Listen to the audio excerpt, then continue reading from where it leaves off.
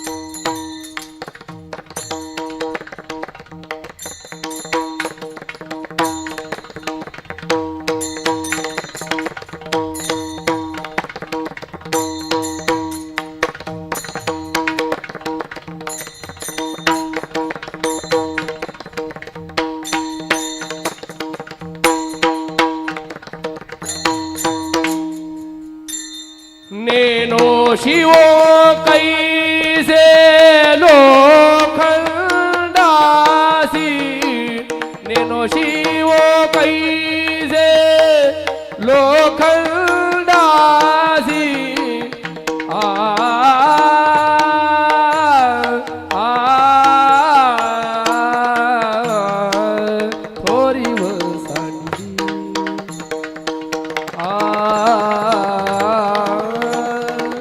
थोरी वसांडी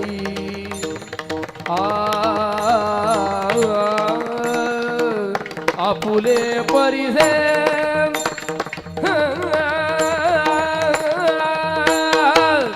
थोरी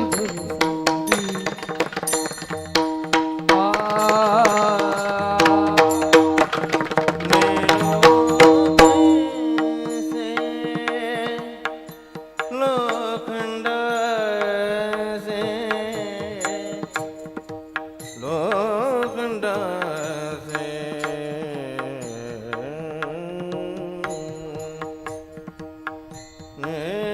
नैनो नैनो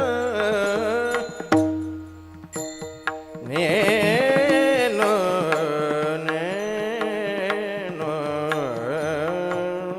नैनो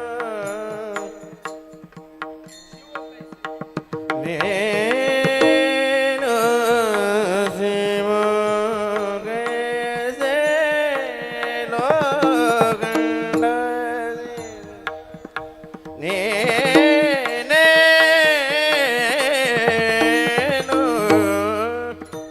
नैनो नैनो नैनो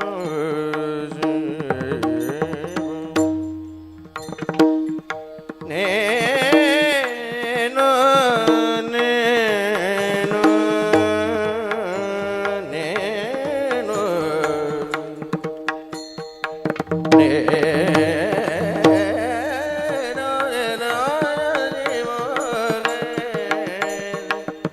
नैनो शिव कैसे लोखंडासी नेनो शिवो कैसे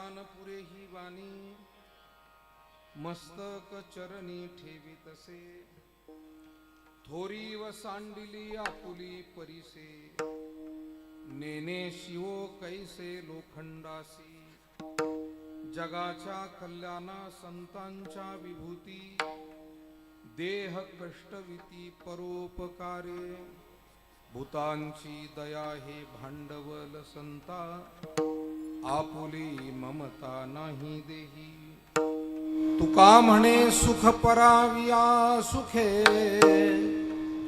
अमृत हे मुखे स्रवतसे थोरी व सांडिली आपुली परिसे नेने शिवो कैसे लोखंडासी महायोग पीठे तटे भीमरथा वरम पुंडरीकाय दातुं मुनीन्द्रये समागत्य तिष्ठन्तमानन्दकन्दं परब्रह्मलिङ्गं भजे पाण्डुरङ्गम् अलङ्कापुरीरम्य सिंहासनस्थं पदाम्भोज तेजस्फुरद्दिक्प्रदेशं विधीन्द्रादिदेवै सदा स्तूयमानं समाधिस्थमूर्तिं भजे ज्ञानदेवं नमो सद्गुरु तुकया ज्ञानदीपा नमो सद्गुरु सच्चिदानन्दरूपा नमो सद्गुरु भक्तकल्याणमूर्ती नमो सद्गुरु भास्करा पूर्णकीर्ती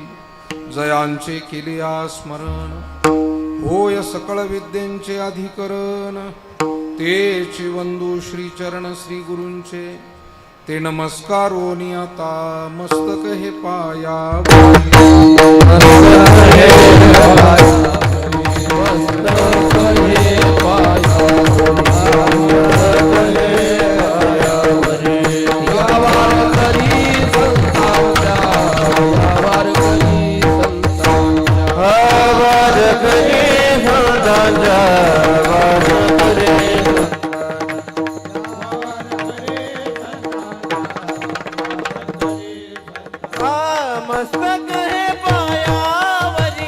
वार करी संतांच्या वार करी संतांच्या वार करी संतांच्या मस्तक हे पायावरी वार करी संतांच्या वार करी संतांच्या वार करी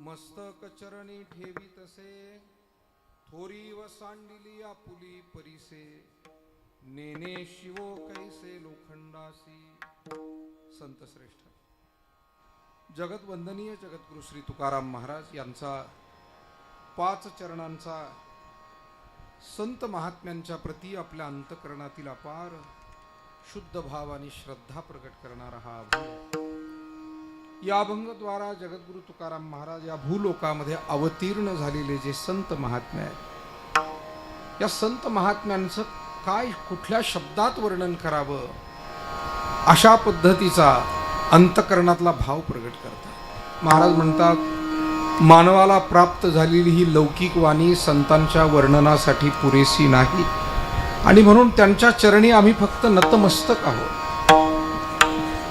परिसानं आपलं मोठेपण बाजूला ठेवून लोखंडाला स्पर्श करावा आणि त्याचं सोनं करून टाकावं परीस असं कधी म्हणत नाही की मी लोखंडाला कशा पद्धतीनं स्पर्श करू तसं महात्मे हे देवलोकीचे वैकुंठ लोकीचे ते या भूलोकीचे नाही पण इथे येऊन सामान्य जीवांमध्ये त्यांच्या सहवासामध्ये राहून त्यांचे दुःख दूर करून जीवनाला मोक्षपद प्राप्त करून देतात जीवाला शिवस्वरूपता प्राप्त करून देतात अशा पद्धतीचं थोर कार्य महात्मे आपण स्वतःकडे लहानपण घेऊन जगासाठी करतात महाराजांना ही कृती फार विशेष वाटते ते म्हणतात की केवळ या जगताच्या कल्याणाच्या हेतूनच हे महात्मे या भूतलावर येतात म्हणून अशा स्वरूपाचं कार्य करू शकतात सामान्य जीवमात्रांची दया अपार दया त्यांच्या अंतकरणामध्ये असते आणि आपल्या स्वतःच्या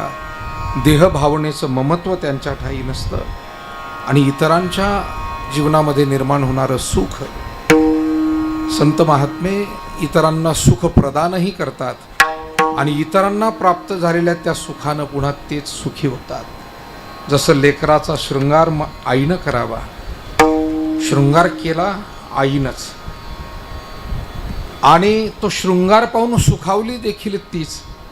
अगदी त्या पद्धतीनं तुका म्हणे सुख पराविया सुखे, अमृत हे मुखे स्रवतसे, थोरी व सांडिली आपुली परिसे, नेने शिवो कैसे लोखंडासे विठाला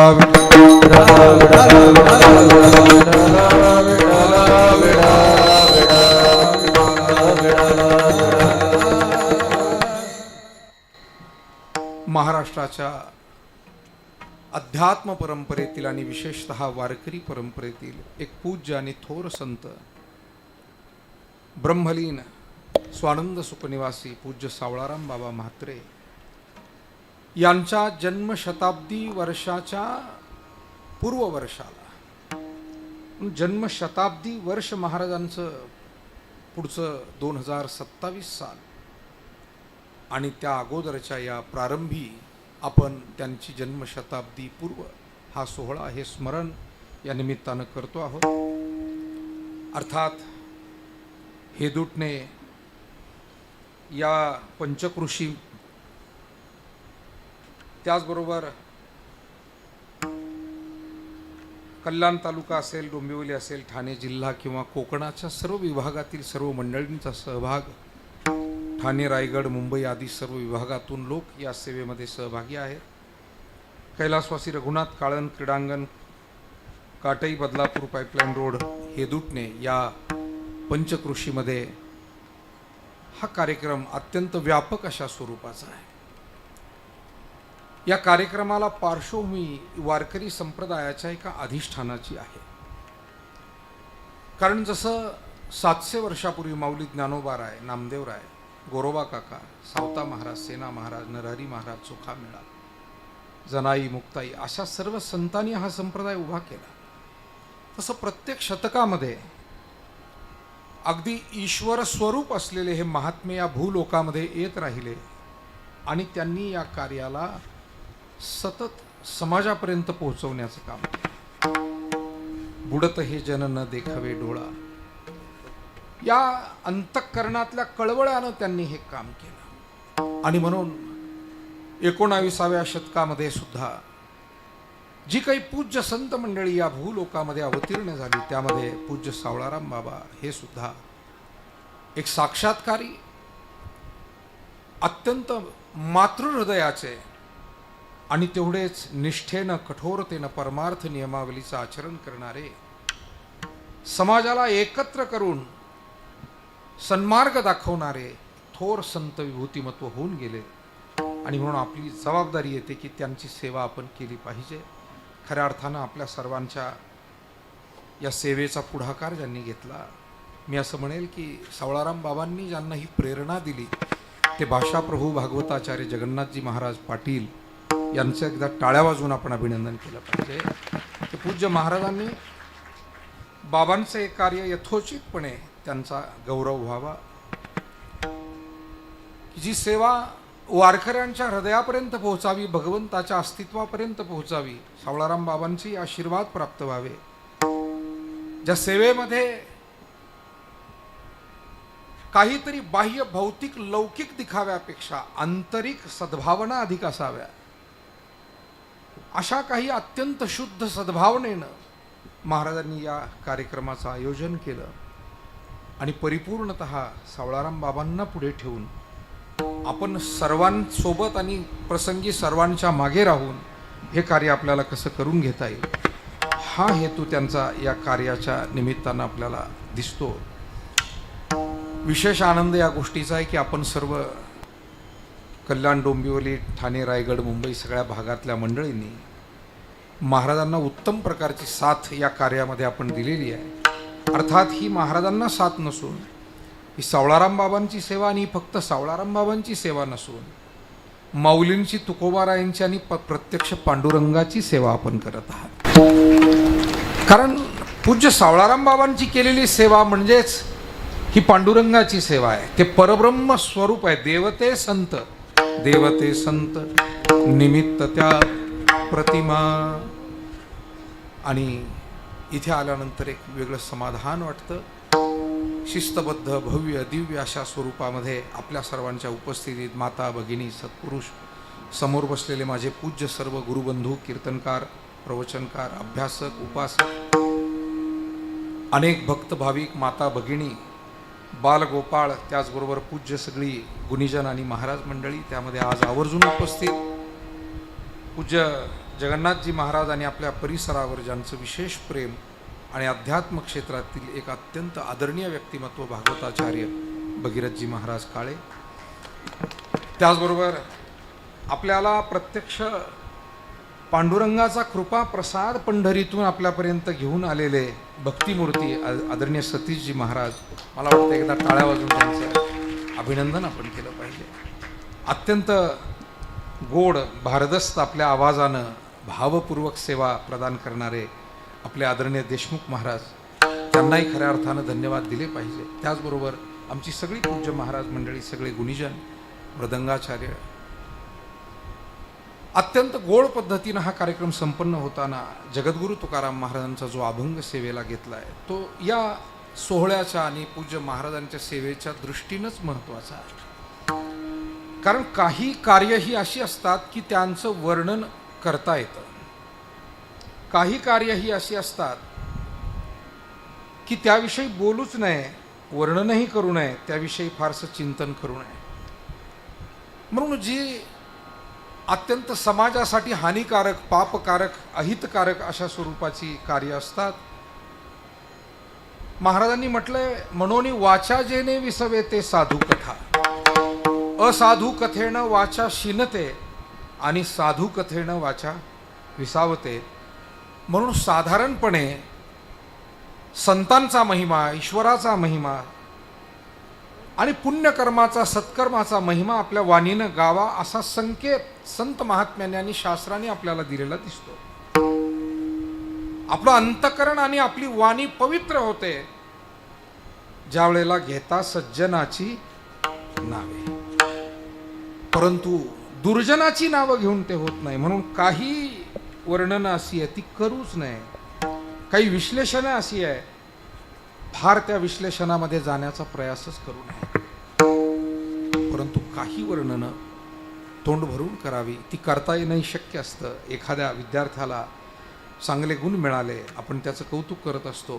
एखाद्या व्यक्तीनं चांगला व्यापार केला, चांगली शेती केली, चांगलं समाजकारण केलं, चांगली सेवा केली, सामाजिक, वर्णन करता येतं. परंतु ज्या वेळेला भगवंतच संताच्या रूपाने या भूलोकामध्ये येतो, पूर्ण निरपेक्ष भावनेनं आणि या जगताच्या मायबापाच्या पदावरती राहून हे संपूर्ण जगत जणू काही आपलं अपत्य आहे असं मानून या सर्वांच्या हिताची कळकळ अंतकरणामध्ये ठेवून ज्या वेळेला संत महात्मे कार्य करतात, देवाचे अवतार असलेले संत कार्य करतात, त्यावेळेला मात्र तुकोबाराय म्हणतात, त्यांच्या वर्णनासाठी, त्यांचं कार्य सांगण्यासाठी कोणतेही लौकिकातले शब्द उपयोगाला येत नाहीत. माऊलींचं जर संदर्भ इथे घ्यायचा म्हटलं त्यांच्या विचारांचा, ते म्हणतात का 15.5 या रजतवणी तैशी स्तुतीची ही बोलणी, म्हणो उगियाची माथा ठेवी जे चरणी हेची भले.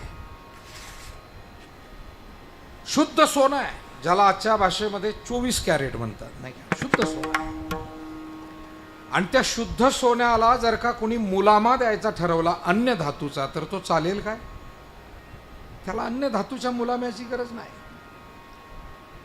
इतर धातूला सोन्याचा मुलामा देणं शक्य आहे, पण सोन्याला कशाच्या मुलाम्याची गरज नाही. तसं संत महात्म्यांचं वर्णन आपण कोणत्या शब्दामध्ये करणार, किंबहुना ते सोन्याला मुलामा देण्यासारखंच होईल. म्हणून उगियाची माथा ठेवी जे चरणी हेची भले विढाला.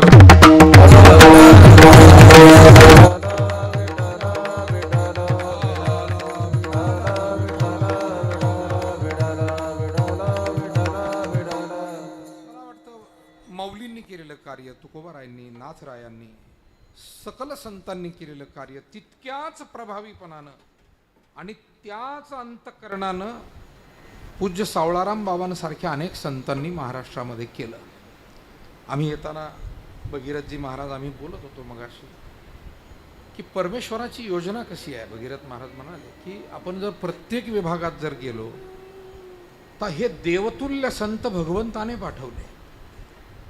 महाराजही संपूर्ण महाराष्ट्र आणि महाराष्ट्राच्या बाहेर जगभर जात असतात, गेलेले आहेत. इथे बसलेले अनेक आमचे पूज्य गुरुबंधू मंडळी सर्वत्र जात असतात.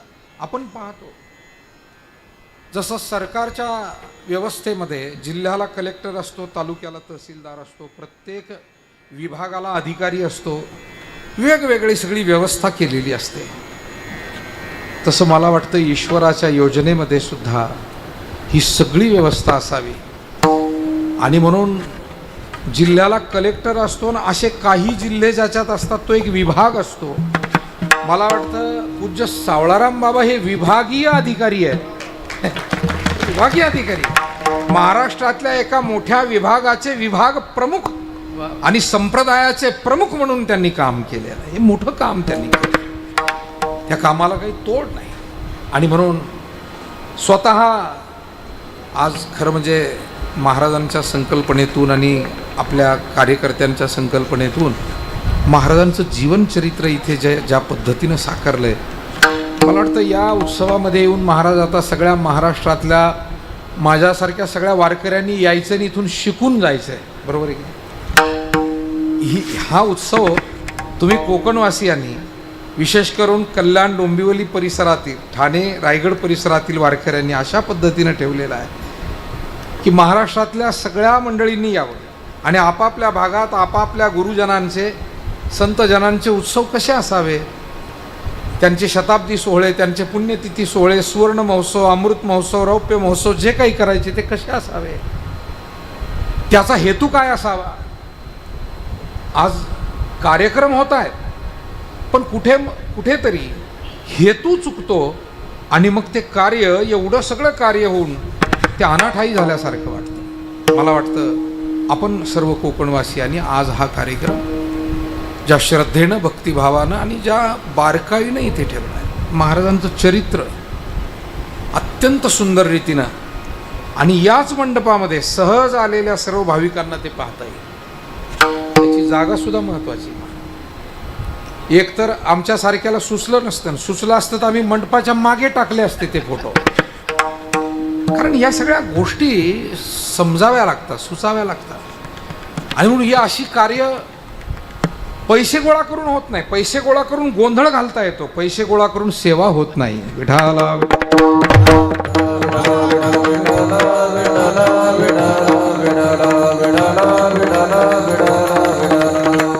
सेवा ही शुद्ध भावनेनं आणि सदहेतूनच होते. मला वाटतं इथे हेतू अत्यंत चांगला आहे आणि भाव अत्यंत शुद्ध तुमच्या सर्वांच्या हृदयात, स्त्री पुरुष आबाल वृद्ध आणि या सर्वांना दिशा देण्याचं काम आदरणीय महाराजांनी, जगन्नाथजी महाराज पाटील यांनी उत्तम रीतीनं केलं आहे.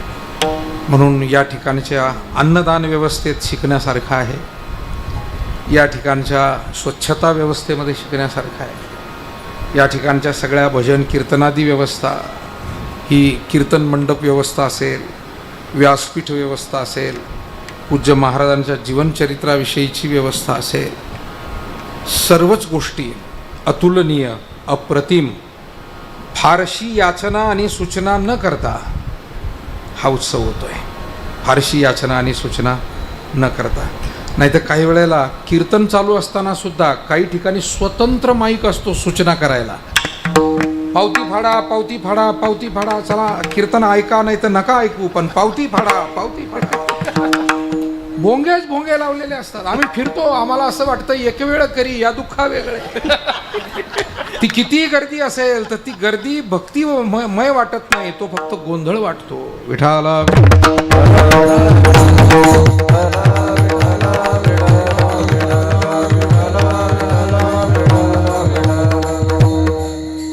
इथं कोणीच कोणाला काही म्हणत नाही. काय उत्सव आहे, कोणी काय म्हणत नाही. कोणी कोणावर विनाकारण काही दबाव टाकत नाही. अमुक तू दिलंच पाहिजे असं काही नाही. स्वेच्छेनं आणि सद्भावनेनं आनंद आहे.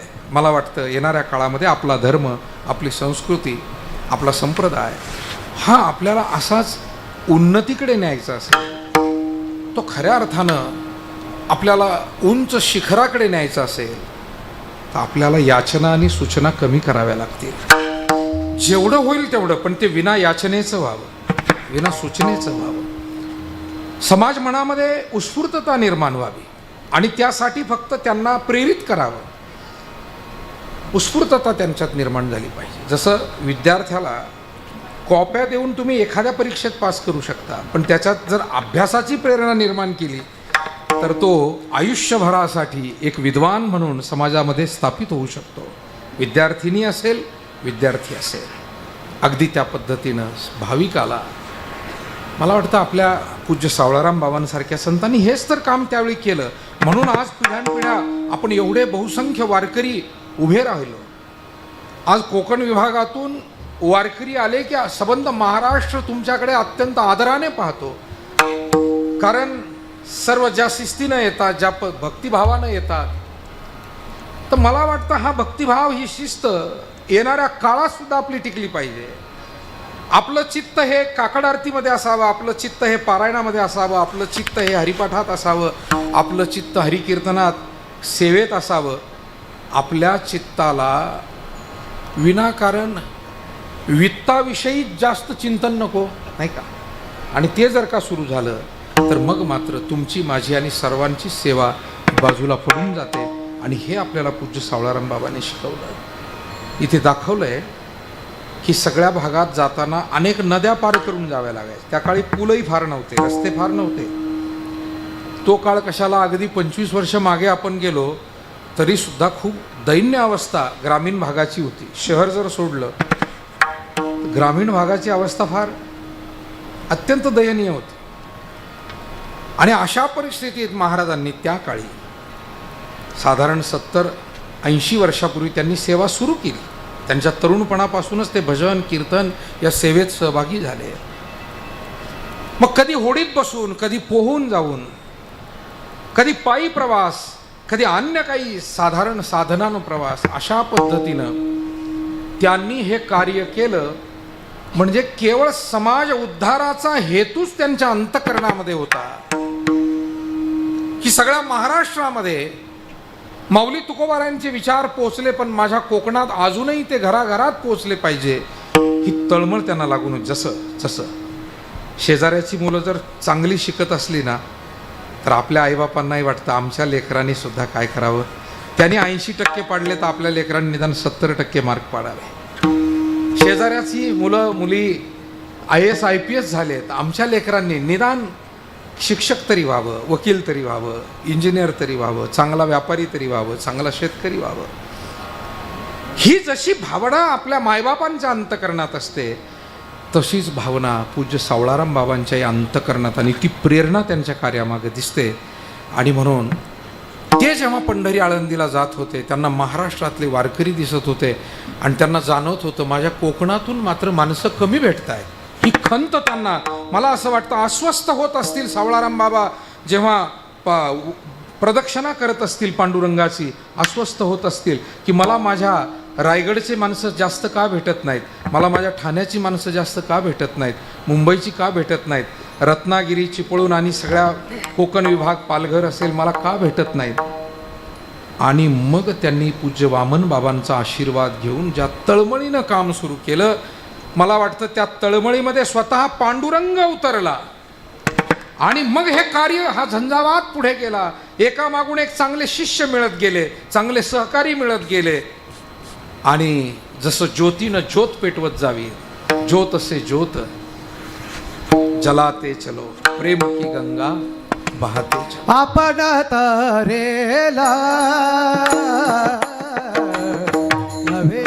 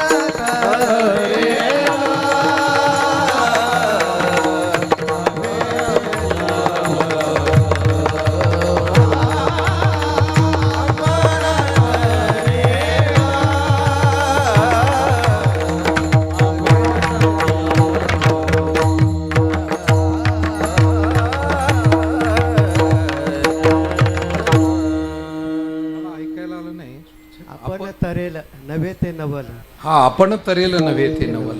नवल पुढे उद्धारीला सर्वांची तो. वा वा. जो स्वतः तरुण जाईल यात नवल नाही, परंतु इतरांना सुद्धा जो तारू होतो, त्यांना पैल तीराला घेऊन जाण्यासाठी आधार होतो, आणि हे पूज्य सावळाराम बाबा होते.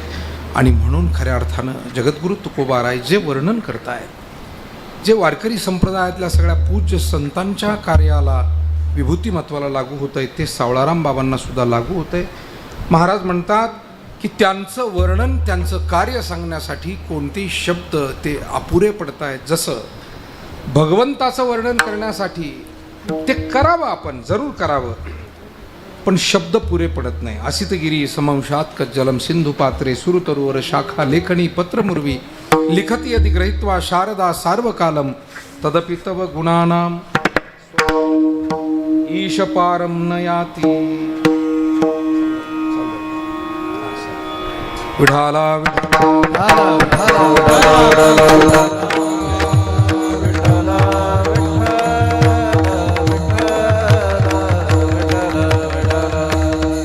माझ्या मोबाईलला आहे ना बाळा आज चार्जिंग नाही, आणि म्हणून मी तुमचा आधार मागतो. नाही तर मी रोज कोणाच्या आधारावर राहतो. माझाच मोबाईल माझ्या खिशात स्वर लावून देतो, कारण मी फार ठिकाणी पाहिलं ज्याला स्वर लाव म्हणलं का तो 10-5 मिनिटांना बंद करून टाकतो. तो साऊंडवाला असो, तो पखवाजा असो, गायक असो. तेव्हा माझा भरवसा कोणावर हल्ली उरलेला नाही स्वराच्या बाबतीत. विठाला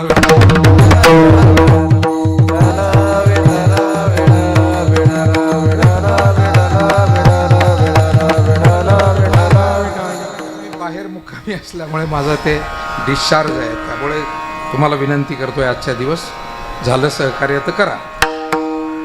मुद्दा इतकाच आहे की पूज्य सावळाराम बाबा हे अत्यंत अद्भुत असं कार्य करून आपल्यातून गेले. मी सांगत होतो आपल्याला, भगवंताचं सुद्धा वर्णन पूर्णतः करता येत नाही. करावं वर्णन, परंतु ते वर्णन पूर्ण होत नाही. समुद्राची शाई केली, पृथ्वीचा कागद केला, कल्पतरूची लेखणी केली, आणि विद्येची देवता सरस्वती माता सर्व काळ लिहू लागली. तदपि तव गुणानाम ईश पारम न याती.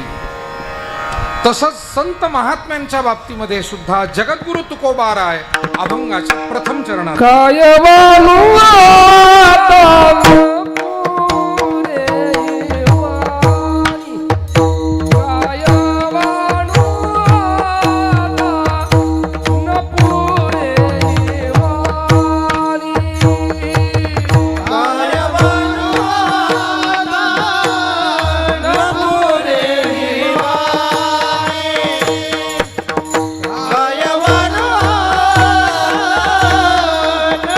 पुरे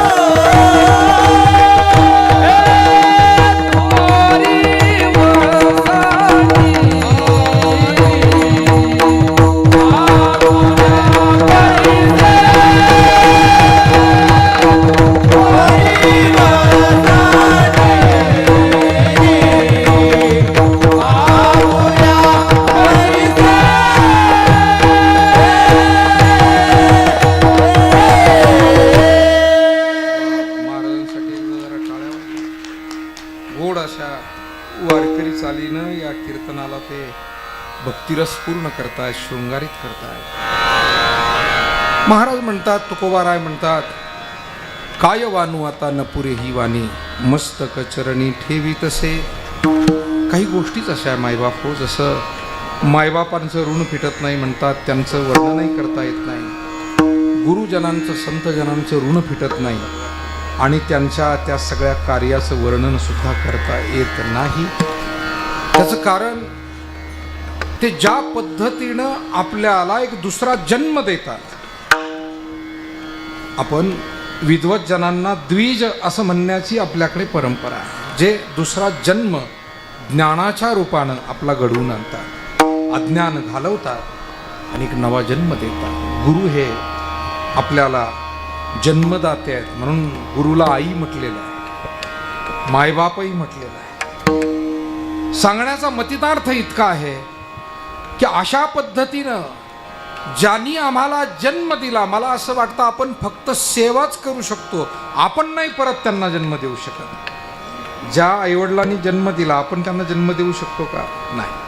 तसं ज्या गुरूंनी आमचा एक आध्यात्मिक जन्म घडवून आणला, म्हणून आपल्याला सर्वतोपरी शेवटपर्यंत त्यांचा सेवक म्हणून सेवा मात्र करता येते आणि म्हणून त्यांच्या चरणी माथा ठेवावा. महाराज म्हणतात, संतांनी केलेलं कार्य किती मोठं आहे. अनेक उदाहरणं देता आली असती, पण महाराजांनी परिसाचं उदाहरण दिलं. परिस काय करतो तर लोखंडाला स्पर्श करून, लोखंडाला शिवून तो त्या लोखंडाचं सोनं करतो. आपुल्या महिमाने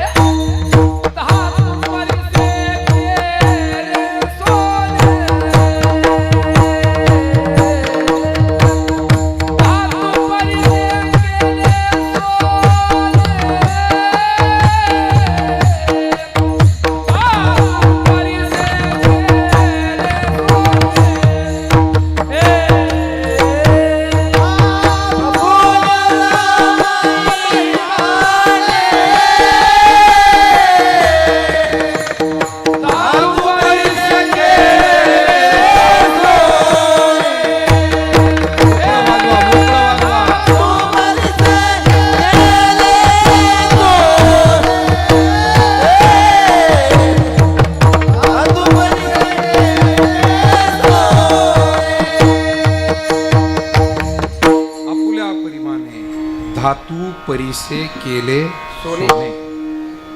त्या लोखंडाला सोनं करण्याचं काम केलं. आणि सोन्याला महत्व आहे मायबाप, कारण ते गंजत नाही, झिजत नाही आणि त्याची किंमत ही वाढतच जाते, ती कधी घटत नाही. म्हणून सोन्याला महत्व आहे. सोन्याला बाकीचे धातू अनेक त्यांचे गुणधर्म असतील, परंतु त्याचे दोष असे की ते गंजतात, झिजतात आणि परिणामी ते त्याची किंमतही खालावते. सोन्याचं तसं नाही आहे. आणि म्हणून जीवनाचं सोनं होणं म्हणजे काय तर जीवन, मी जीवस्वरूप नाही तर मी शिवस्वरूप आहे. जीवोहम नाही तर शिवोहम, या बोधावरती जीवाला आणून ठेवणं हे जीवाचं सोनं करणं. याच्यापेक्षा परमोच्च पद, ब्रह्मपद इथपर्यंत जीवाला आणून ठेवणं, याच्यापेक्षा परमोच्च स्थिती नाही. निळा म्हणे ब्रह्मेशान, पावोनी लाविले निशान. संत निळोबारायांचा एक अभंग आहे. ते म्हणतात, सावळाराम बाबांसारख्या संतांनी काय केलं तर ते ब्रह्मपदावर पोहोचले आणि तिथे जाऊन त्यांनी त्यांच्या कीर्तीचं निशान, तो ध्वज रोवलाय, तो स्थापित केलाय. पण हे करत असताना त्यांनी इतरांचं जीवन सुद्धा त्या पदापर्यंत आणण्याचं कार्य केलं. आणि म्हणून थोरी व सांडिली आपुली परिसे, मोठे पण बाजूला ठेवावं लागतं. या जगामध्ये अनेक थोर माणसं जेव्हा सामान्यांमध्ये आली, ती लहान झाली, तेव्हा त्यांच्या हातून महान कार्य घडले. आपण पहा, अनेक राष्ट्रभक्त की जे अत्यंत सामान्य माणसांमध्ये मिसळले आणि मोठं कार्य केलं. छत्रपती शिवरायांचा मोठा इतिहास आपल्या महाराष्ट्राला. स्वराज्य निर्माण करायचं होतं, महाराजांच्या लक्षात आलं आपल्या महाराष्ट्रामध्ये अनेक राजे महाराजे सरदार, पण ते सामान्यात मिसळत नाही. ते थेट बादशहाच्याच मीटिंगला जाऊन बसतात. भले बादशहाच्या हाताखाली चाकरी का करणं होईना, पण मीटिंग मध्ये कोणाच्या? बादशहाच्या. अनेक राजे महाराजे सरदार तेच करत होते. कुणी निजामशहाच्या चाकरीला होता, कुणी मुघलांच्या होता, कुणी आदिलशहाच्या होता. आणि छत्रपती शिवरायांना जिजाऊ माँसाहेब सतत सांगत होत्या की शिवबा, तू स्वतः आपला हा महाराष्ट्राचा, भारत देशाचा हा जो स्वाभिमान आहे तो जिवंत ठेवला पाहिजे.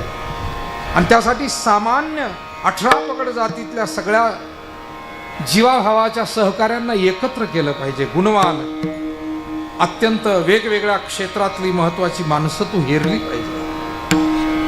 जसं रामप्रभूने वनातच सैन्य उभं केलं, ते काही अयोध्येला गेले नाही रावणाबरोबर लढाई करायला, स्पेशल फोर्स पाठवून द्या स्पेशल विमानानं, असं काही त्यांनी सांगितलं नाही. खरं म्हणजे रामाला पुष्पक विमान पाठवून सैन्य आणता आलं असतं. जर पुष्पक विमानानं त्यांना लंकेतून अयोध्येत जाता येतं तर त्यांना सैन्य बोलवायलाही विमान वापरता आलं असतं. परंतु त्यांनी सैन्य बोलावलं नाही. राणीची या पायी पाले खाईरा, नेवाने करविले लंकेश्वरा, एकला अर्जुन परी अक्षोहिनी आकरा नेनसी काही. याला कर्तृत्व म्हणत असतात. कर्तृत्व हे कशाच्या अनुषंगाने सिद्ध करायचं नसतं. काही नसताना उभं राहणं आणि कार्य उभं करणं, याचं नाव आहे कर्तृत्व. याचं नाव आहे कर्तृत्व. आणि म्हणून छत्रपती शिवरायांनी वनातच वानरं जमा केली, त्यांच्यातले गुण पाहिले. आणि रामप्रभूच्या लक्षात आलं, अरे हे सैन्य बिगर खर्ची आहे, याला सकाळचा नाश्ता लागत नाही, मिसळ पाव द्यायची गरज. आज कोणी कोणी खाल्ला वर हात करा मिसळ पाव, कारण आमच्यापर्यंत सुद्धा पोहोचला हो, महाराजांनी पोहोचवलं. उगीच काय माहीत झालं आम्हाला, पण तो सात्विक मिसळ पाव होता बरं या मंडपात, विना कांदा लसूणचा. विठाला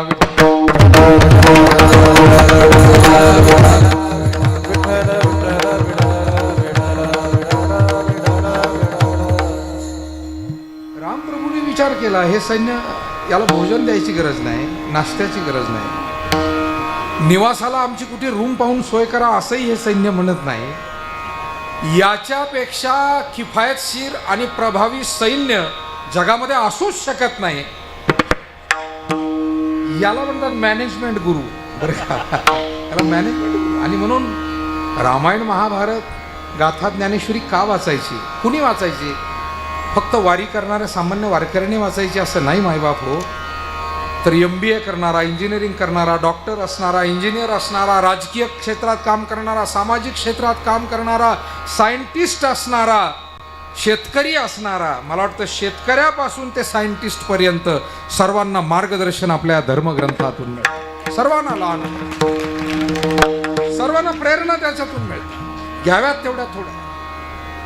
आणि म्हणून प्रभू रामचंद्रांनी जे केलं, श्रीकृष्णाने काय केलं, एवढी संकट गोकुळावर येत होती, त्यांनी काही नव्यानं काही केलं असं नाही. जे होते ते सवंगडी, पेंद्या, वाकड्या, गोबड्या, त्यांच्या सोबतीनं स्वतः पुढे राहून त्यांना साथ सोबत घेऊन मग गोवर्धन पर्वत उचलायचा तर तोही उचलला, अनेक राक्षसांना मारायचं तेही मारलं. ते छत्रपती शिवरायांनी त्या काळामध्ये केलं. शिवरायांनी हे काम करत असताना मोठेपण बाजूला ठेवलं. या सगळ्या चरित्रातून काय दिसतंय, रामप्रभूने आपलं मोठेपण बाजूला ठेवलं. नाहीतर मी अयोध्यापती राजा दशरथाचा सुपुत्र युवराज राम आहे आणि माझं सैन्य काय वानर, असल्या सैन्याला घेऊन मी नाही जमणार. मला असं वाटतं की असं बोलणारी माणसं ही अपयश खेचून आणत असतात, हे यश खेचून आणत नाही. तुम्हाला सामान्यातील सामान्य माणसातले सुद्धा गुणधर्म ओळखता आले पाहिजे आणि त्यांच्याकडनं योग्य कार्य उभं करता आलं पाहिजे. त्याला कर्तृत्व नेतृत्व म्हणतात. आणि म्हणून हल्ली काय झालंय की आता सगळंच स्पॉन्सरशिपवर आलंय महाराज. म्हणजे साधं घरामध्ये हळदी साखरपुड्याचा कार्यक्रम असला तरी इव्हेंट मॅनेजर आणला जातो, असा हा काळ आहे. एवढे परावलंबी लोक झालेत हल्ली. पूर्वीच्या आपल्या आजा पंजाच्या काळात काही इव्हेंट मॅनेजर होते का? सगळे बरं आज तरी गरज आहे का? आपण जर सुव्यवस्थित इथे बसलेले 90% स्त्री पुरुष आपण आपलंच नियोजन करताय ना सर्व. मग आता प्रत्येक गोष्टी त्याची आवश्यकता काय आहे? मला असं वाटतं की माणसाजवळ स्वतःला काम करण्याची इच्छाशक्ती पाहिजे. ही जी इच्छाशक्ती आहे ना, ही तुम्हाला सगळं काही देते. तुम्हाला मग ती सुचवते काय केलं पाहिजे. अडथळे असतील ते दूर करण्यासाठीचे उत्तरही ती देते. अडचणी असतील त्या सोडवण्याची युक्तीही ती इच्छाशक्ती देते. पण इच्छाशक्तीच नाही. हे पहा, एखाद्याला झोपेतून उठून असं वाटलं पाहिजे की मला आज हेदुटणे या गावाला कीर्तनाला जायचंय, असं वाटलं पाहिजे की नाही महाराज? वाटलं की मार्ग सापडतो. मग आपली स्वतःची गाडी नाही आहे तर तो कोणातरी शेजारी एखाद्या वारकरी मित्राला फोन करतो, अरे तू जाणार आहेस का? मग तो म्हणतो, अरे बरं झालं मी एकटाच होतो, चल माझ्याबरोबर. पण हा मार्ग कधी सापडला? जेव्हा इच्छा निर्माण झाली. आपल्याकडे सहज म्हण आहे, इच्छा असेल तर मार्ग सुचेल. आम्हाला इच्छाच होत नाही. आणि म्हणून महात्म्यांनी आपलं मोठेपण बाजूला ठेवलं. समाज हिताची इच्छा त्यांच्यामध्ये निर्माण झाली. अनेक महापुरुषांनी हे केलं. तेच ज्ञानोबा तुकोबारायांनी सुद्धा केलं. ज्ञानोबाराय ज्ञानियांचे शिरोमणी, योगियांची माऊली. पण त्यांनी साध्या वारकऱ्यांमध्ये हातामध्ये टाळ, खांदी विना, हातात चिपळ्या वगैरे घेऊन माझे जीवीची आवडी पंढरपुरा नेई न गुढी पांडुरंगी मन रंगले गोविंदाचे. आणि मायबाप हो, पूज्य सावळाराम बाबांना पांडुरंग हे व्याघ्र रूपात दर्शन देत आहे. ज्या ठिकाणी तुकोबारायांना महाराजांनी फार चांगले शब्द योजलेत, जिथे जगद्गुरु तुकोबारायांना निराकाराचा साक्षात्कार झाला, तिथेच पांडुरंगाने सावळाराम बाबांना व्याघ्राकार होऊन दर्शन दिलं. भाषाप्रभू त्यामुळं ते आहेत, हे ध्यानात ठेवायचं नाही. हे महाराष्ट्रानं विसरायचं नाही. एक एक गोष्ट इतकी बारीक असते की ती माणसाच्या स्मरणात राहून जाते. विठाला विठाला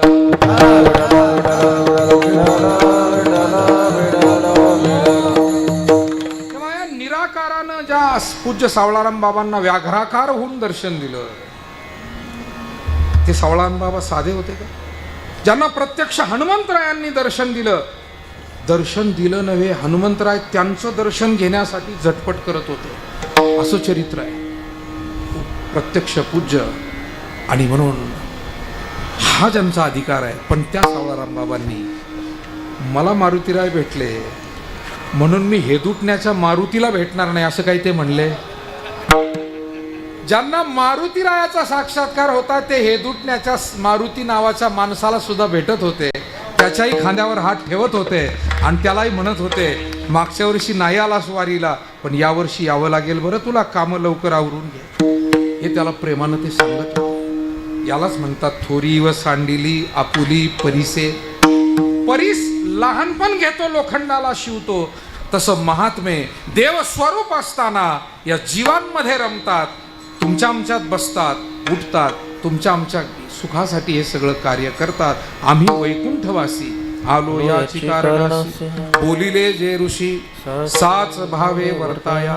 आणि महात्म्यांचं कार्य नेमकं काय असतं? महाराज म्हणतात केवळ जगत कल्याण, जगताच्या उपकारासाठीच ते येतात. अभंगाचं तिसरं जगाच्या कल्याण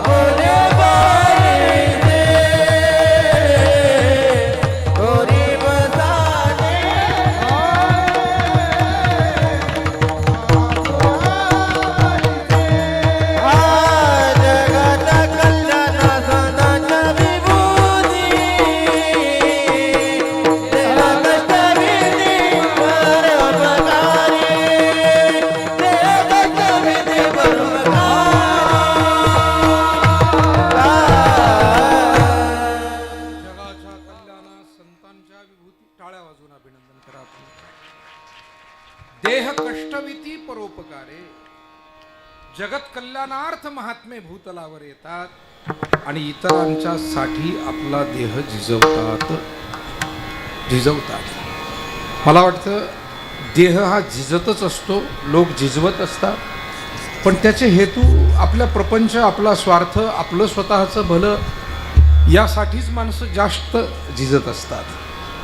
ते आपलं भलं कसं होईल, साधारणपणे पंक्तीमध्ये बुंदी वाढायला घेतात काही लोक, पण त्याच पंक्तीला वाढतात जिथे आपल्या ओळखीची आपल्या घरातली माणसं बसलेली आहे जेवायला. म्हणजे लोक इतक्या संकुचित हेतूनं वागतात.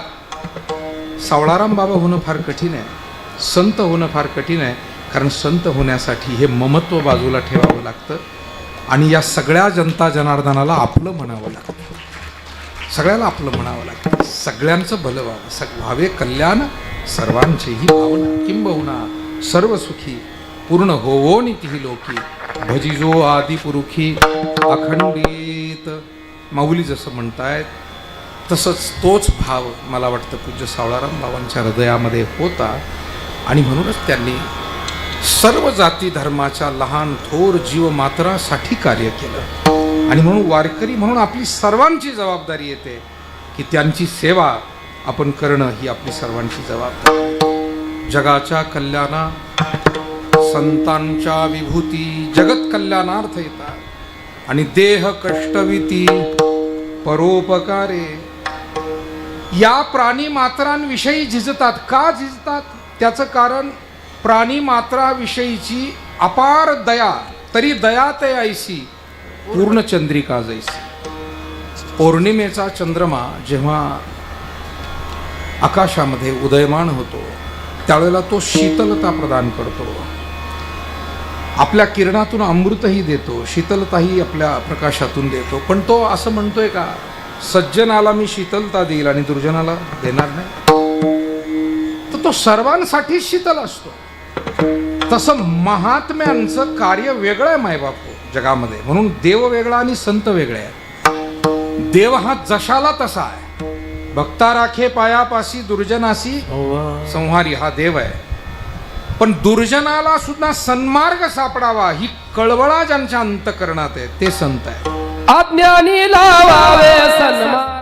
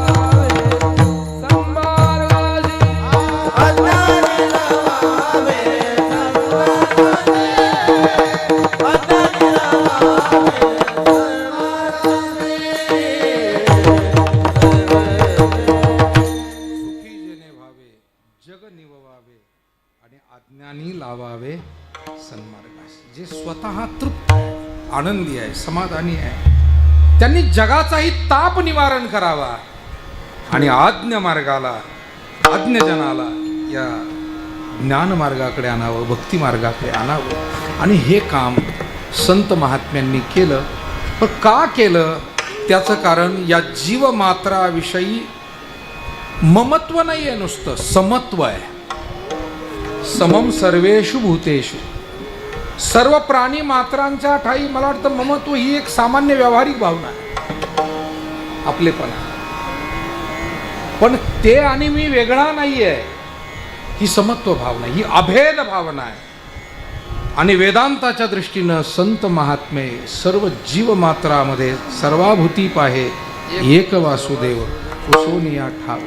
म्हणून नामदेवरायांना जेव्हा सद्गुरु कृपा होते त्यानंतर श्वानामध्ये सुद्धा पांडुरंग दिसतो. माऊली म्हणतात जे जे भेटे भूत ते ते मानी जे भगवंत, हा भक्तियोग निश्चित जान माझा. मायबाप हो, आध्यात्मिक माणसाच्याही जीवनामध्ये वादविवादाचे प्रसंग येतात, पण आध्यात्मिक माणसाचा विश्वास हा वादावर जास्त नसतो, संवादावर जास्त असतो. तो आध्यात्मिक आहे. वादावर ज्याचा अधिक विश्वास आहे तो कदाचित विद्वान आहे, तो संत नाही. तो कदाचित अन्य काही त्याच्याकडे प्रतिभा असेल, पण संतांचा विषय हा नेहमी. आणि मगाशी पूज्य महाराज तुम्ही बोलताना एक विषय फार चांगला बोलता की समाजातले निर्णय प्रक्रियेचे भाग जेव्हा संवादशील माणसाकडे न राहता ते विवादशील माणसांकडे जातात, तेव्हा कोणत्याही क्षेत्राची हानी होते.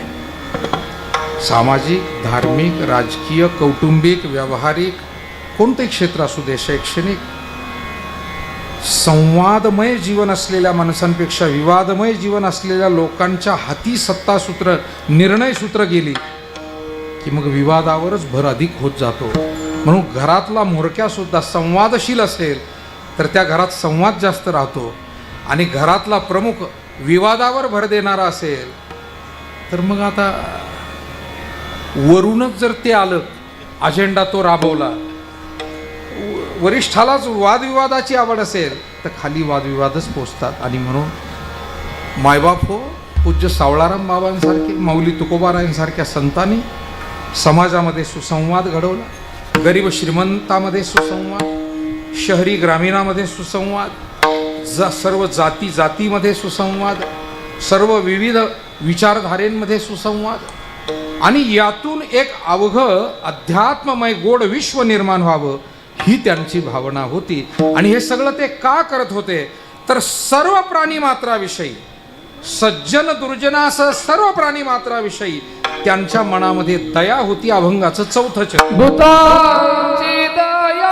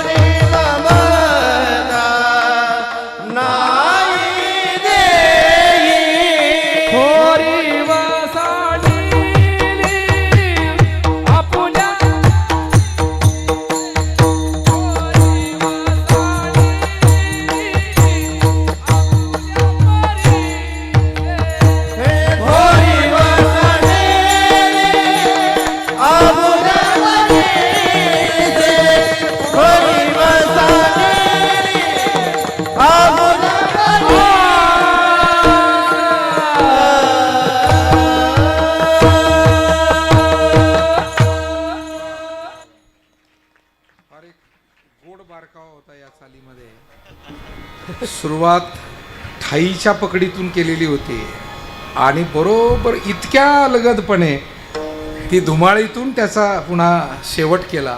आणि तो त्याचा जोड बसला पाहिजे. बरं, पूर्वी एखादं दोरखंड तुटलं तर त्याचा जोड द्यायची जुनी माणसं, पण तो देताना त्याला ते कला असावी लागायची की तो पुन्हा ते दोरखंड दुसरीकडे तुटेल पण तिथे तुटणार नाही. असं हे सगळं हा बारकावा आहे.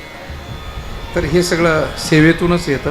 हे खूप चांगल्यांचा मोठ्यांचा सहवास असेल, सतत सेवा संप्रदायाची, त्याच्यातून येतं. जी माणसं फक्त पाचवी बारीचं भजन करतात, पाचवीला आणि बारीला लहान मुलं जन्माला आले आणि मग ते घरात काहीतरी जिलेबी वगैरे खाऊ घालतात म्हणून काही लोक भजन करतात, तर त्यांना या चाली येणं शक्य. जे पायी वारीला जातील, जे काकड आरती पहाटे उठून करतील, जे अशा ज्येष्ठ श्रेष्ठ वारकऱ्यांच्या सोबत तासन तास भजन सेवा पुढे गावे त्यांचे धरावे द्रुपद अशा सेवा भावनेनं करतील त्यांना हे भजन कालांतरानं मग म्हणता येतं. विठाला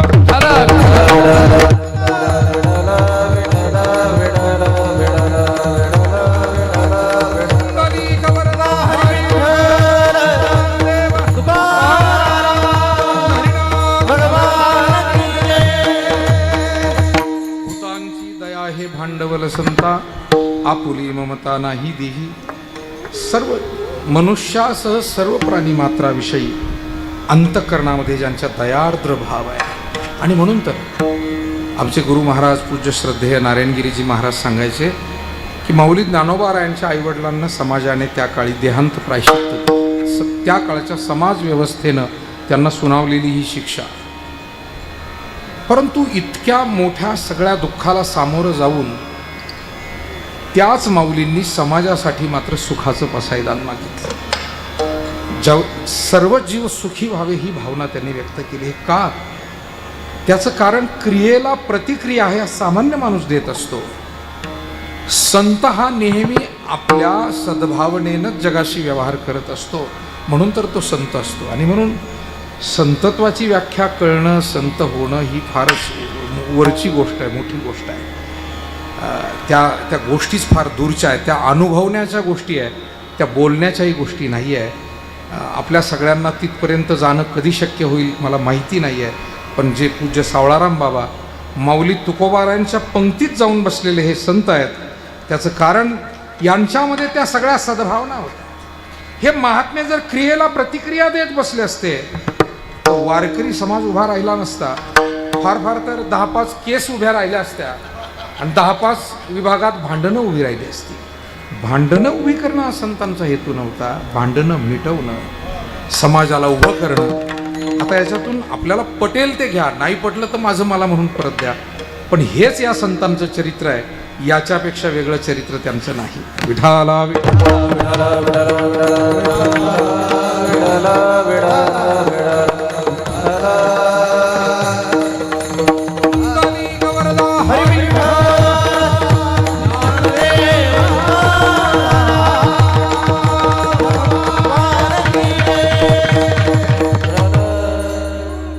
जीवमात्राविषयी दया, मनुष्य मात्राविषयी दया, भूतांची दया हे भांडवल. आता उदाहरणं अनेक आहे की ज्या नाथ महाराजांनी तळमळणाऱ्या गाढवाला पाणी पाजलं, तिथपासून त्या अत्यंजाच्या हरिजनाच्या मुलाला त्यांनी उचलून सावलीमध्ये नेऊन त्याला भोजन खाऊ घातलं.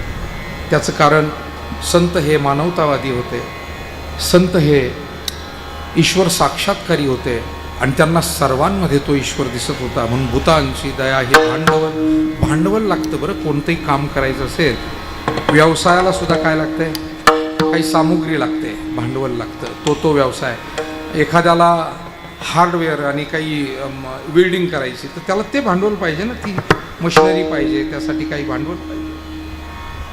अध्यात्मासाठी काय भांडवल पाहिजे? बरोबर आहे, ज्ञान पाहिजे, भक्ती पाहिजे, वैराग्य पाहिजे, शम दम श्रद्धा मुमुक्षुत्व, अनेक गोष्टी पाहिजे. पण त्याहीपेक्षा या संतत्वाच्या वाटेनं चालण्यासाठी जीवमात्राविषयीची दया पाहिजे. मायबाप हो, म्हणून आजही संप्रदायातला प्रमुख म्हणून ज्या ज्या ठिकाणी एखादा नेमला जातो ना, त्याच्याकडे ज्ञानाची मात्रा कमी अधिक असली तर चालेल, पण त्याच्या अंतःकरणातला वारकऱ्यांविषयीचा आणि ईश्वराविषयीचा भक्तिभाव कमी असता कामा नये. पांडुरंगाविषयी भक्तिभाव दृढ असावा आणि समाजाविषयी प्रेम असावं, तरच तो व्यक्ती त्या कार्याला न्याय देऊ शकतो. कारण आई कठोर नसतेच, आई ही काय असते, मृदू असते आणि ती हित पाहते. तसं मातृहृदयानं काम करावं लागतं संप्रदाय सेवेमध्ये, आणि त्यावेळेला थोडंसं जवळीक सर्वांची करावी लागते. आणि म्हणून भूतांची दया हे, मला वाटतं आमचे गुरुबंधू परमादरणीय भाषाप्रभू जगन्नाथ महाराज पाटलांचंच एक वाक्य आहे, मी नेहमी सांगत असतो. ते म्हणतात की संप्रदायातल्या आपल्या संतांनी आलेल्या सामान्य जनांचा अगोदर स्वीकार केला आणि नंतर सुधार केला. एखाद्या हॉस्पिटलला असा बोर्ड लावता येईल का सतीश महाराज, निरोगी असाल तरच हॉस्पिटलमध्ये या, असा हॉस्पिटलला बोर्ड लावता येईल काय? तुम्ही सांगा सज्जन मंडळी माझ्या समोर बसले. लोक म्हणतील मग हे दवाखाना उघडला कशाला? निरोगी असाल तर दवाखान्यात या. अहो आम्ही आजारी आहे म्हणून तर येतोय ना. संतांनी सांगितलं आम्हाला माहिती आहे तुमच्यात गुणदोष असू शकतात, या तुम्ही इथे. चोखोबाराय म्हणतात घटनट यावे, शुद्ध होऊन जावे, दौंडी पिटी भावे, चोखा मेळा. टाळी वाजवावी, गुढी उभारावी, टाळी वाजवावी, गुढी उभारावी, वाट हे चालावे,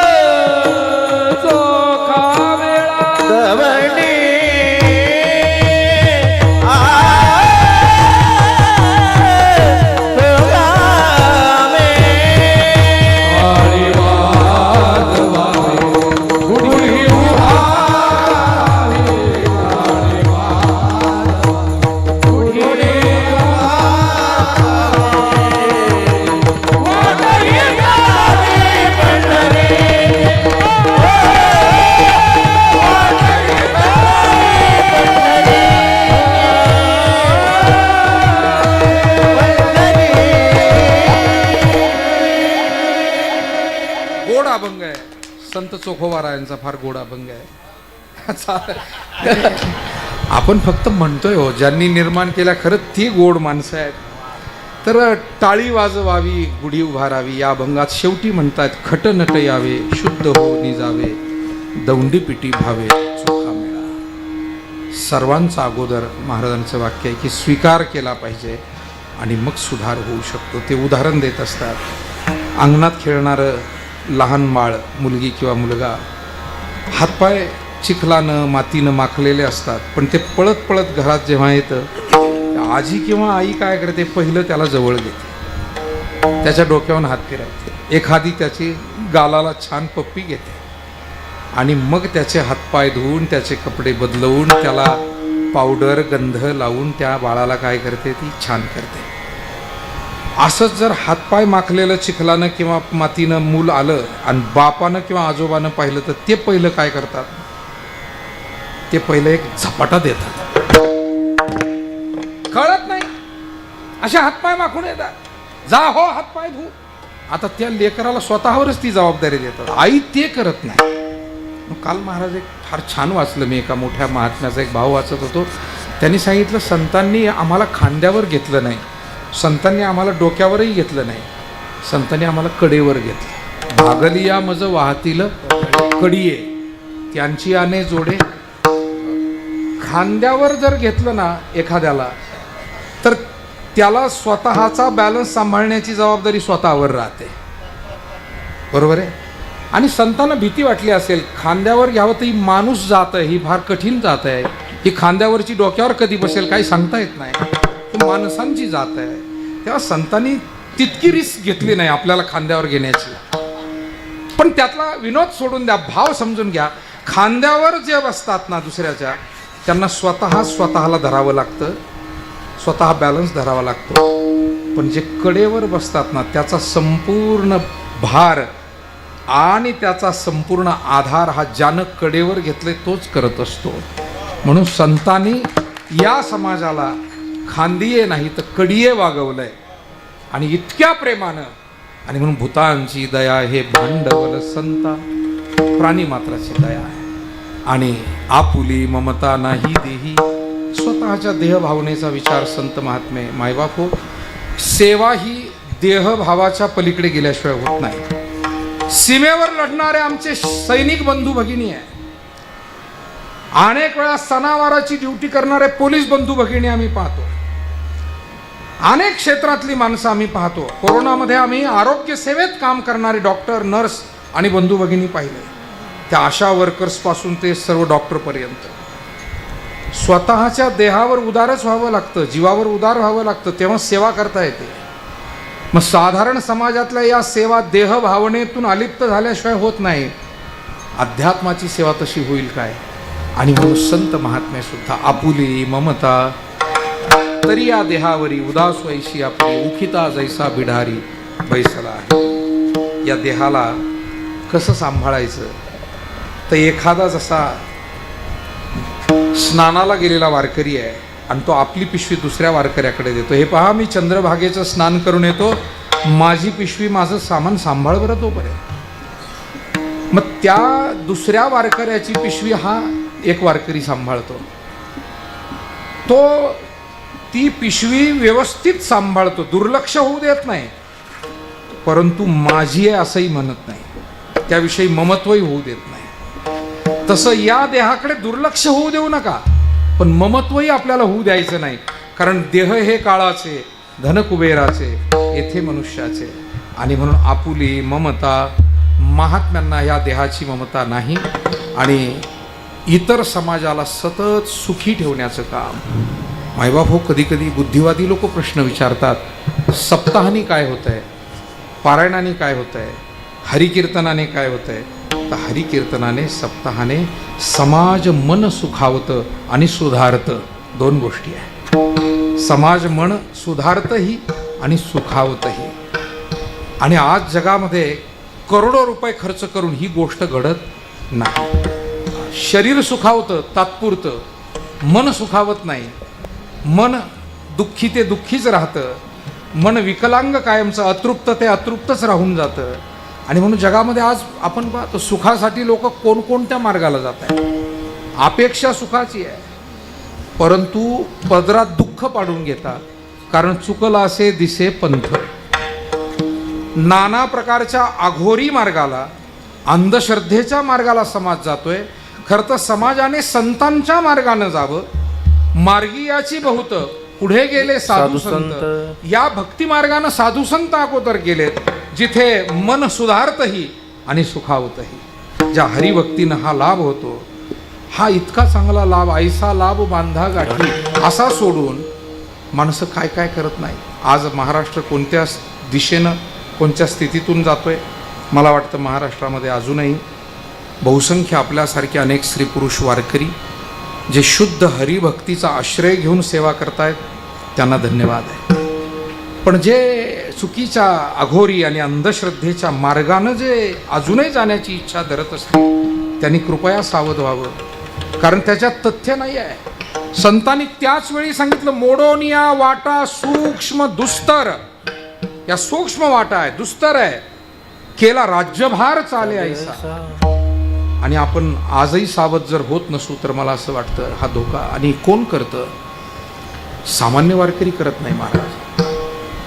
ज्याच्याकडे पुष्कळ काही आहे ना, त्यालाच स्वास्थ्य नाही आहे. पुष्कळ पदव्या, पुष्कळ प्रसिद्धी, पुष्कळ पैसा, हा पुष्कळ शब्द सगळीकडे लागू करा.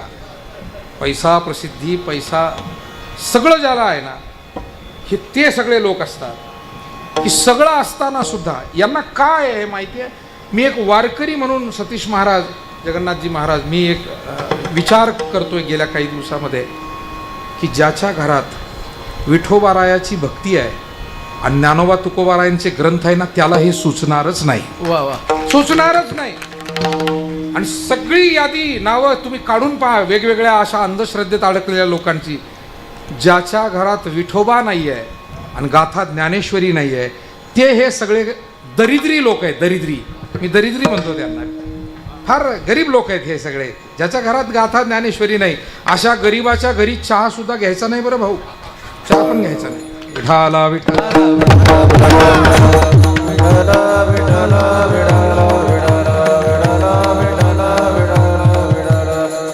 दरिद्री लोक आहे. आणि हे दरिद्री लोक मग अशा पद्धतीच्या या सगळ्या, आणि म्हणून हे जे कांड घडतायत महाराष्ट्रात आणि भारतात याला जबाबदार जेवढे त्याच्यात गुन्हेगार म्हणून अडकलेले लोक आहेत तेवढेच त्याला प्रोत्साहन देणारे आणि त्यांच्या दारात जाऊन येरझारा घालणारे लोक सुद्धा तितकेच जबाबदार असतात. हे ठामपणे आपण म्हटलं पाहिजे. आणि आपल्या या भक्त भाविक वारकऱ्याला धन्यवाद दिले पाहिजे की तुम्ही कोणाही अशा भोंदूंच्या दारात येरझारा घालणारे नाही आहेत. तुम्ही जगाच्या मायबापाच्या दारात येरझारा घालणारे वारकरी आहात. पंढरीचा वारकरी, वारी चुकवणे ती हरी. अरे याच्यापेक्षा श्रीमंत माणसं या समाजामध्ये असूच शकत नाही. विठाला विठाला विठाला विठाला विठाला विठाला.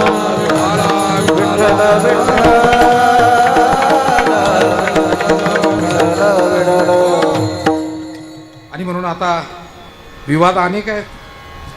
या वारकऱ्यांविषयी सुद्धा काहींना मनामध्ये शंका येते, कुशंका येते.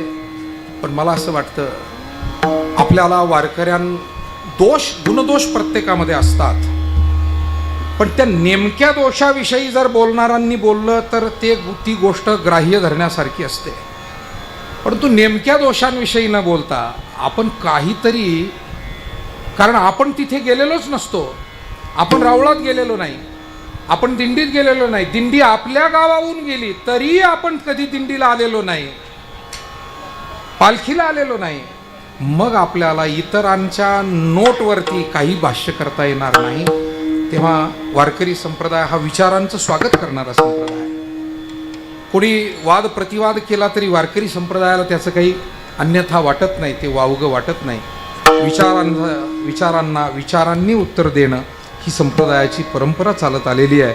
आणि म्हणून वारकरी म्हणून आपल्यालाही जे जे प्रश्न उभे राहतील त्याला संयमाने आणि तितकंच समर्थपणानं योग्य पद्धतीनं आपल्याला त्याचं उत्तर द्यावं लागेल. परंतु प्रश्न विचारणाऱ्यांनी थोडंसं त्यामध्ये अधिक अभ्यासाने प्रश्न विचारावे एवढी मात्र आमची वारकऱ्यांची अपेक्षा आहे. वरवर करणी प्रश्न विचारू नये, कारण उत्तर काय द्यावं असा प्रश्न तयार होतो की प्रश्नातच इतक्या चुका आहे की उत्तर देऊन म्हणजे आपण डबल चुका करण्यासारखं ते होईल. पहिले प्रश्न सुधारित येऊ द्या, उत्तरं थोडी संयमाने आणि चांगली देऊ. विठाला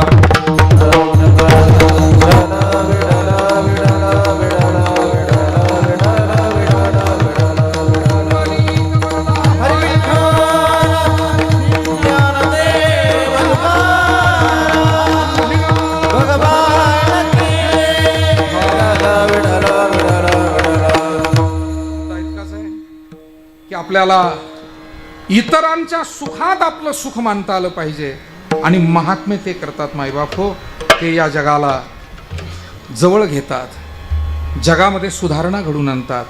आणि त्या सुधारणेनं जगाला जो आनंद होतो त्या आनंदानं संत स्वतः, मी प्रस्तावनेमध्ये म्हणालो की लेकराचा शृंगार मायबापांनीच करावा आणि त्या शृंगारानं मायबापांनीच पुन्हा आनंदी होऊन जावं. अगदी त्या पद्धतीनं शृंगारावे बाळ कवतुके, या पद्धतीनं महात्मे जगाच्या सुखानं सुखी अभंगाचं शेवटचं तुका म्हणे सुख करावे तुका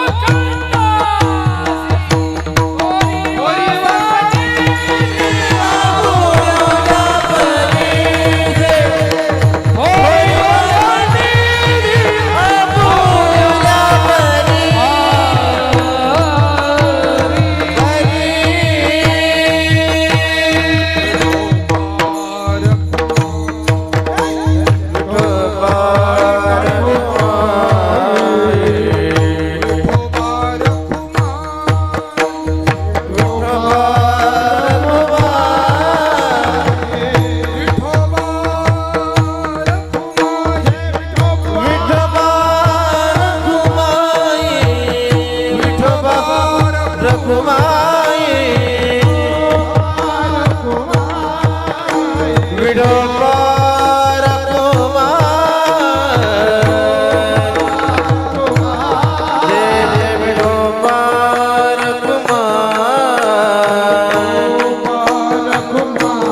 जय जय विठोबार कुमार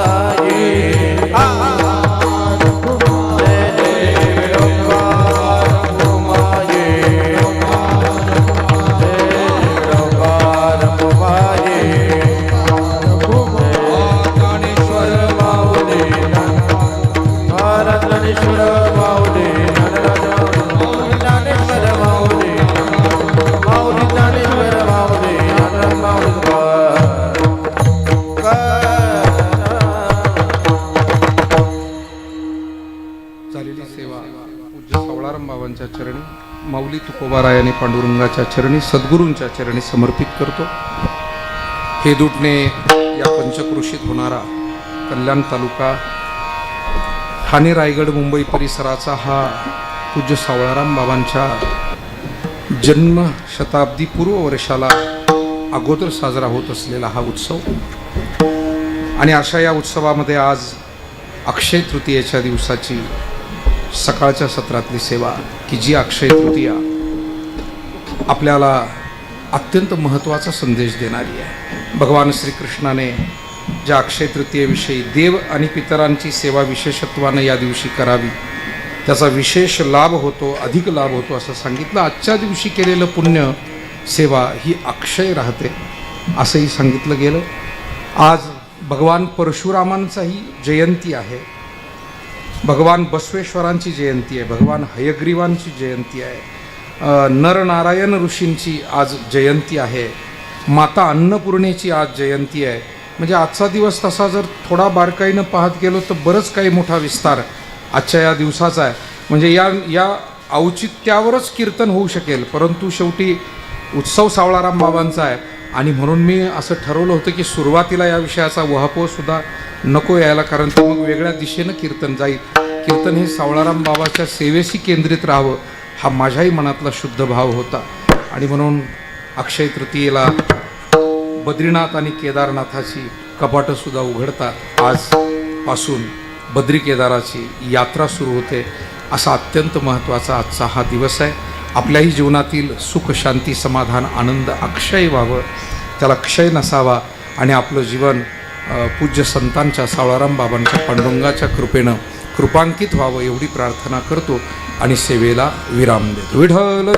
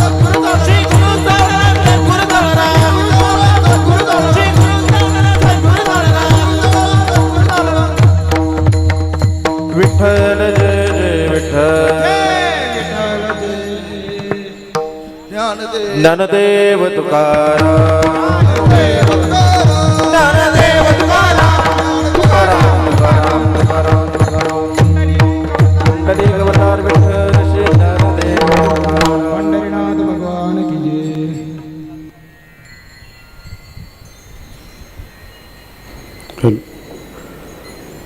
मस्तक हे पायावरी या वारकरी संतांच्या सद्गुरू सावळाराम बाबा महाराज जन्मशताब्दी पूर्व महोत्सवाची आजची ही तृतीया ज्या कीर्तनाने अक्षय्य झाली त्या संबंधाने बोलणं क्रमप्राप्त आहे. घटनांवर भाष्य करणारे खूप आहेत, पण घटनात्मक भाष्य करणारे फक्त उद्धवजी महाराज आहेत. हे महाराष्ट्राच्या वतीनं उद्घोषित करायला काही हरकत नाही. निवडलेलं पद आणि त्याच्यावर व्यक्त झालेलं मंतव्य ज्ञानोबारायांच्या ओवीचा आधार घेतो मी. का सुवर्णाचे मणी केले आणि ते सोनियाचे सुती ओविले. मणी सोन्याचे असावे आणि त्याची माळ बलवायला सूतसुद्धा सोन्याचंच पाहिजे. तसं अभंग जर जगद्गुरू तुकोबारायांचा असेल तर त्याला निरूपणाचा आकार देण्याकरता वाणी आणि भावना पूज्य महाराष्ट्रींचीच पाहिजे. त्याशिवाय ते न्याय दिल्यासारखं होणार नाही. त्याचं कारण निरूपणाची एक बारीक बाजू अशी असते की त्या पदाला वाचल्यानंतर आपल्याला काय वाटतं ते व्यक्त होणं निराळं आहे, पण ते पद ज्यांनी जन्माला घातलं आहे त्या साधूची त्या पदाच्या उत्पत्तीविषयीची भावना ज्याला कळते त्याला कीर्तनकार असं म्हणतात. ब्रह्मचैतन्य गोंदवलेकर महाराजांचं एक विधान मला इथं उद्धृत करावं असं वाटतं. त्यांना एकाने प्रश्न विचारला, महाराज कोणता वक्ता आध्यात्मिक समजावा? महाराज त्याला म्हणाले, ज्याचं ऐकायला बसल्यानंतर हे सगळं माझ्यासाठीच चाललंय असं वाटतं तो वक्ता आध्यात्मिक आहे. आणि तो अनुभव सलग 2 तास आपण अखंड आणि अक्षुण्णपणे घेतलात, त्यामुळे आपण ऐकलंय ते काय आहे यासाठी आणखी ऐकवायची महाराजांनी आवश्यकता ठेवली नाही. खरं तर कीर्तनाच्या निमित्ताने त्यांची या मंडपाला आशीर्वादात्मक अशी उपस्थिती हा यामागचा आमचा स्वार्थ हेतू होता. कारण इतकं आपापल्या प्रांतात व्यस्त असून पुन्हा इतक्या दूरच्या प्रवासात या सगळ्या उपक्रमाला वेळ देणं आणि या सगळ्यावर पुन्हा वर्षाव करणं, या सगळ्यात महाराजांना झालेले भौतिक आणि प्रवासाचे कष्ट हे दुर्लक्षित करून चालणार नाही. परंतु हे सगळं असं पुन्हा करावंच लागतं. त्याचं कारण आणि या सगळ्यामागे महाराजांचं आपल्या सर्वांविषयी असलेला अतीव प्रेम. असं म्हणतात की गृहिणी कुठूनही कुठं जायची असो काहीच विसरत नाही, परंतु ती जेव्हा आपल्या माणसांमध्ये जायला निघते तेव्हा काहीतरी विसरल्याशिवाय राहत नाही. महाराज आज बॅगच विसरून आले डेली रुटीनची. म्हणजे ह्या सगळ्यातून आपल्या सर्वांविषयी असलेला पूर्ण प्रेमभाव आणि त्या प्रेमभावाचा प्रत्यय आपल्याला येतो. आजचा दिवस महत्त्वाचा यासाठी आहे, महाराष्ट्राला ज्ञानोबारायांनी भरभरून दिलं आहे, जे कधीच संपत नाही, ते कधी कमी पडत नाही, जे पुन्हा पुन्हा वाढतच जातं, जे घटत नाही.